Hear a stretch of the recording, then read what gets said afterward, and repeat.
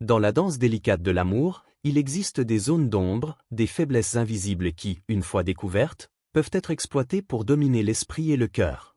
Aujourd'hui, nous plongeons dans l'esprit de Machiavel, ce penseur des subtilités humaines, pour explorer ces points sensibles, ces faiblesses des femmes qui, si elles sont comprises, peuvent vous permettre de régner dans l'arène de l'amour. Ce n'est pas de manipulation ou de domination que nous parlons ici, mais de compréhension et de stratégie. Car la connaissance des faiblesses est le pouvoir suprême. La véritable force réside dans la maîtrise des faiblesses et des forces des autres. Napoléon Hill. La recherche de la sécurité, la peur de l'inconnu. Un homme sage se garde des dangers invisibles. La femme, en revanche, court souvent vers l'inconnu par un besoin fondamental de sécurité. Niccolò Machiavelli. Dans un monde imprévisible où les vagues de la vie frappent sans avertir, la recherche de sécurité est un besoin humain primordial. Et bien que les hommes et les femmes cherchent tous deux une certaine forme de refuge, il est souvent dit que la femme, en particulier, se lance à la quête de cette stabilité avec une intensité différente. Ce n'est pas seulement la sécurité matérielle qu'elle cherche, mais une sécurité émotionnelle, un ancrage dans un univers où les incertitudes abondent. Ce désir de sécurité va au-delà des simples biens ou d'une maison stable. Il s'agit d'un besoin profond, inscrit dans l'âme, qui se manifeste sous différentes formes. La quête d'un amour rassurant, d'une présence constante, de quelqu'un qui lui promet de la protéger contre les coups du sort. Et c'est là que la sagesse de Machiavel prend tout son sens. Car il existe une porte d'entrée dans ce besoin fondamental, la stabilité émotionnelle et la confiance. Offrez-la, et vous toucherez cette partie d'elle qui cherche à s'ancrer dans un monde instable. Quand une femme cherche un refuge, elle cherche souvent plus que de la simple sécurité. Elle cherche un guide, un ancrage dans la tempête. C'est cette quête qui, une fois comprise, devient votre plus grand atout. Mais attention, cette quête de sécurité est aussi fragile. Si vous arrivez avec une promesse vide, elle le ressentira immédiatement. Pour exploiter cette faiblesse, vous devez être à la fois sincère et ancré vous-même. Votre stabilité doit non seulement être extérieure, mais aussi intérieure, et c'est là que réside tout le secret. La vraie magie de cette recherche de sécurité réside dans le fait qu'elle n'est pas seulement liée aux circonstances extérieures, mais à l'invisible. Une femme veut sentir, à un niveau instinctif, qu'elle peut compter sur vous, qu'elle peut s'abandonner dans cette confiance sans avoir peur de se noyer dans l'incertitude. Il ne s'agit pas d'un simple besoin de protection physique, mais d'une promesse que vous serez là, émotionnellement et mentalement, quand elle en aura besoin. Récit symbolique. Imaginez une femme seule, sur un rocher au milieu de la mer. Les vagues battent fort contre la roche, déchaînée par une tempête imprévisible. Elle est là, seule, sa silhouette fragile battue par le vent et l'eau. Le monde autour d'elle semble incertain et menaçant. Soudain, un homme calme s'approche d'elle, serein, presque immobile dans son comportement. Il tend la main. Sans hésiter, elle l'attrape, trouvant dans son calme la paix qu'elle cherchait désespérément. Cette main tendue représente la stabilité émotionnelle qu'elle désirait, la possibilité de s'ancrer quelque part, même lorsque tout autour d'elle est en mouvement. Question puissante. Avez-vous déjà observé, non seulement chez les autres, mais aussi en vous-même, ce désir profond de trouver un port dans la tempête? N'est-ce pas là un besoin fondamental que tout être humain partage, de trouver un endroit où l'on peut se sentir en sécurité, où l'on peut s'abandonner sans crainte? Dans la recherche de sécurité, la femme cherche en réalité un point d'ancrage, un refuge dans l'inconnu. C'est une faiblesse à exploiter non pas pour manipuler, mais pour offrir cette stabilité qui manque à son monde, tout en révélant ainsi la grandeur de votre propre force intérieure. La conscience de soi, l'illusion de l'indépendance. Les plus grandes faiblesses des âmes fortes résidant dans leur désir de prouver leur indépendance. Niccolò Machiavelli. Dans un monde où la liberté individuelle est devenue la quête suprême, l'indépendance est érigée en idéal, une forme de pouvoir personnel, une armure contre la vulnérabilité. Nous la célébrons comme un symbole de force, de maîtrise de soi, une manière de montrer au monde qu'on n'a besoin de personne pour exister. Pourtant, l'indépendance, quand elle est poussée à l'extrême, peut devenir une illusion fragile. Derrière cette façade de force, se cache parfois une solitude émotionnelle profonde. Pourtant, cette solitude n'est pas visible. Elle n'est pas le cri du manque, mais la résignation d'une âme qui, par fierté ou par peur, a choisi de s'isoler dans un monde où la dépendance semble être une faiblesse. Et c'est là qu'apparaît la véritable nature de la séduction. Il ne s'agit pas d'enlever cette indépendance, mais de l'accepter et de l'honorer tout en permettant une union. Il s'agit de comprendre qu'être autonome ne signifie pas être seul, qu'on peut être fort et pourtant capable de créer une connexion intime sans perdre son essence. L'indépendance devient alors une arme à double tranchant. Elle offre une puissance personnelle, mais elle peut aussi enfermer dans un espace où personne ne peut pénétrer, où l'on se convainc que l'amour et l'intimité sont des compromis que l'on ne souhaite pas faire. Là réside la fragilité que l'on peut exploiter, l'illusion que l'indépendance doit être vécue dans l'isolement. Or, le véritable art de la séduction consiste à défaire cette illusion. Il ne s'agit pas de briser l'indépendance de la personne, mais de lui faire comprendre qu'elle peut s'épanouir dans la liberté tout en étant profondément connectée à un partenaire. Cette danse, où la force de l'indépendance et la douceur de l'union s'entrelacent, nécessite une intelligence émotionnelle rare. C'est une symbiose entre deux individus où chacun conserve son pouvoir personnel tout en tissant une relation intime. Il n'est pas nécessaire d'abandonner l'un pour obtenir l'autre.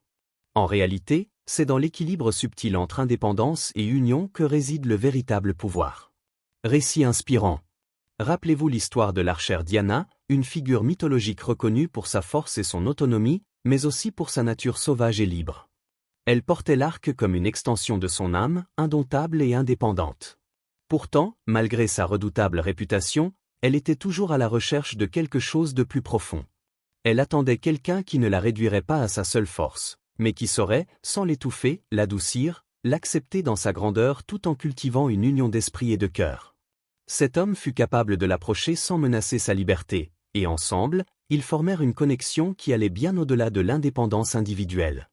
La sagesse de leur union résidait dans le respect de l'autonomie de l'un et de l'autre, en créant un espace pour une complicité sans condition.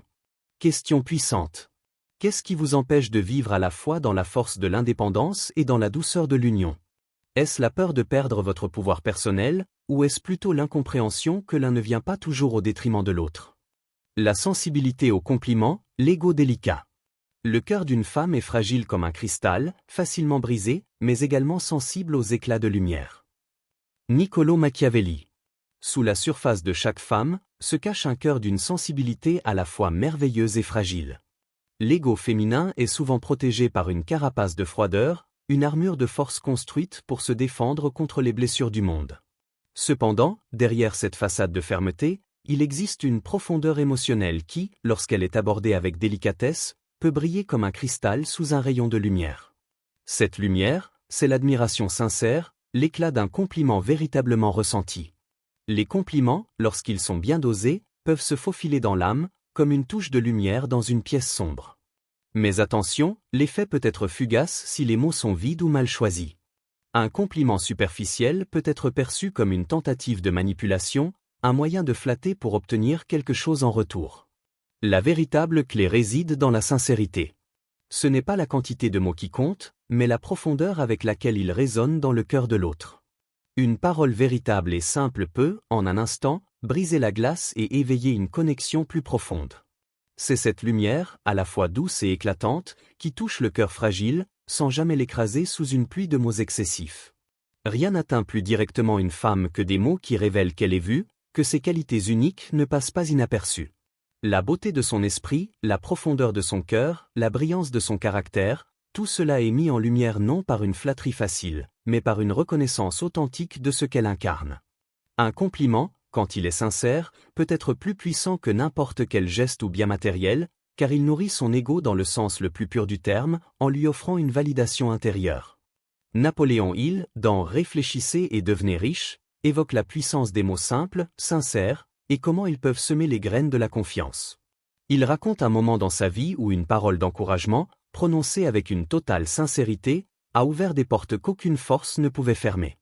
Cette sagesse est celle à appliquer lorsque vous souhaitez toucher l'âme de quelqu'un. C'est cette même sincérité que vous devez incarner dans vos compliments, en choisissant de mettre en lumière ce qui est authentique et précieux chez l'autre, sans embellir ni travestir la réalité. Récit réel. Dans son livre, il partage une histoire. Lors d'une rencontre déterminante, il prononça une simple phrase d'admiration envers une personne qu'il respectait profondément. Ce compliment, bien qu'humble, éveilla chez cette personne une confiance qui allait être la clé de leur collaboration réussie. Ce n'était pas la grandeur des mots, mais la sincérité de l'intention derrière ceux-ci qui provoqua l'impact. À travers un geste aussi simple, il raviva une flamme d'espoir et de valeur chez cette personne. Question puissante. Quel mot choisissez-vous pour révéler la beauté cachée dans l'âme d'une autre personne? Quand vous regardez quelqu'un dans les yeux et lui offrez un compliment, est-ce que vous le faites avec une intention pure, ou est-ce une tentative d'atteindre un but personnel? Réfléchissez à la profondeur de vos paroles, car c'est à travers elles que vous pouvez véritablement éveiller une confiance et une connexion sincère. L'émotionnalité excessive, l'art de l'équilibre. La femme qui laisse son émotion dominer son jugement est une proie facile. Mais celle qui sait canaliser ses émotions devient une force imparable. Niccolò Machiavelli. Les émotions sont un territoire complexe, un terrain de jeu volatile où l'équilibre est difficile à maintenir. Dans un moment, une émotion peut se transformer en une vague dévastatrice, engloutissant tout sur son passage, alors que, dans un autre, elle peut être la source d'une création magnifique et puissante.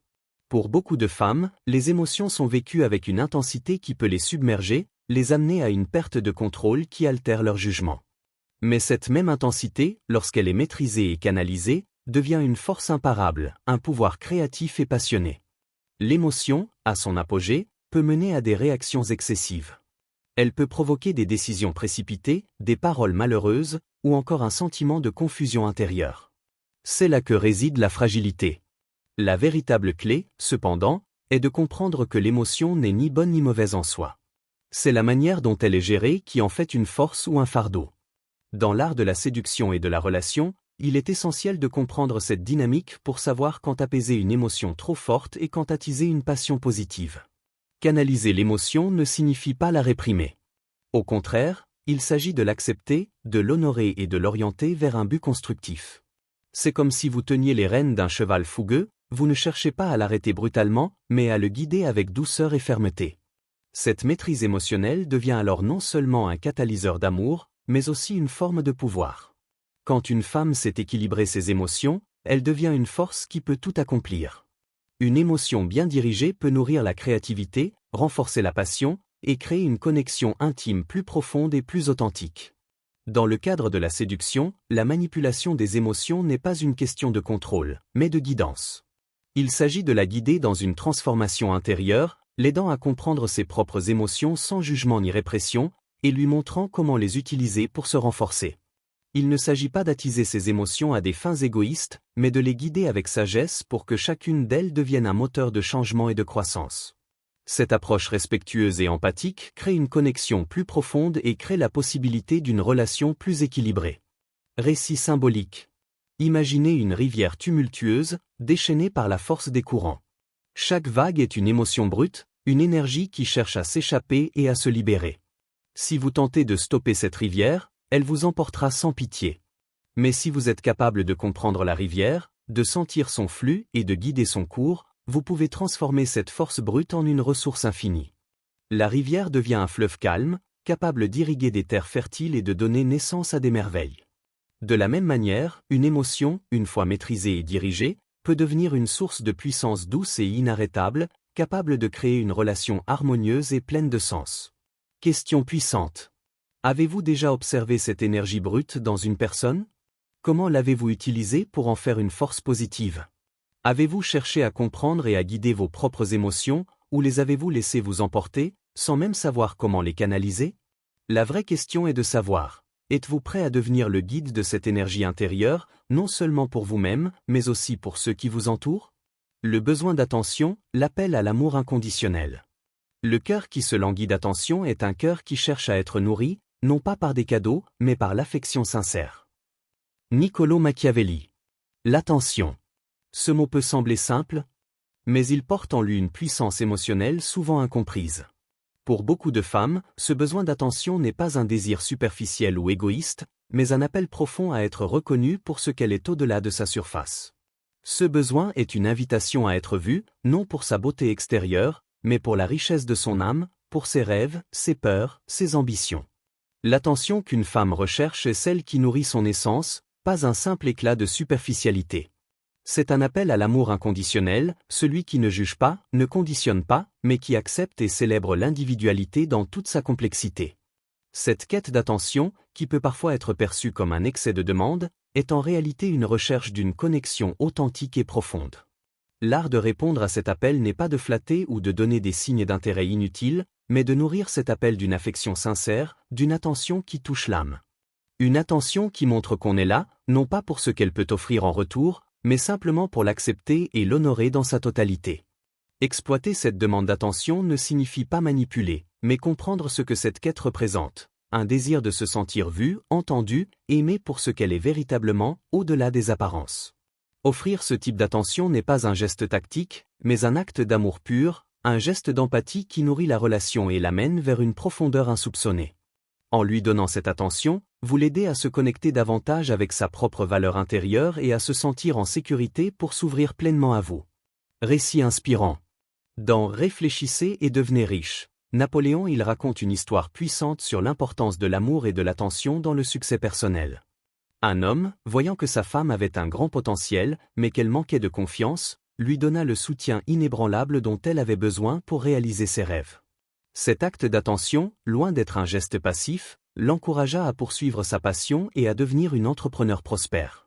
Il décrit comment ce simple geste d'amour et d'attention permit à cette femme de s'épanouir, non pas parce qu'elle était poussée par la pression ou des attentes externes, mais parce qu'elle ressentait un soutien authentique et sans condition. L'amour véritable n'est pas seulement une forme de soutien matériel, mais un soutien émotionnel qui ouvre la voie à la réussite et à la transformation. Question puissante. Quel type d'attention sincère êtes-vous prêt à offrir à l'autre pour éveiller son amour véritable? Est-ce que vous êtes prêt à offrir plus qu'un simple regard, mais une attention profonde, qui nourrira son âme et l'encouragera à briller dans sa vérité la plus pure? À travers ses faiblesses, nous découvrons les grandes forces cachées en chaque être humain, y compris en vous. Les faiblesses ne sont jamais des faiblesses en elles-mêmes, elles sont les portes qui mènent à la transformation, à l'ouverture et à la conquête.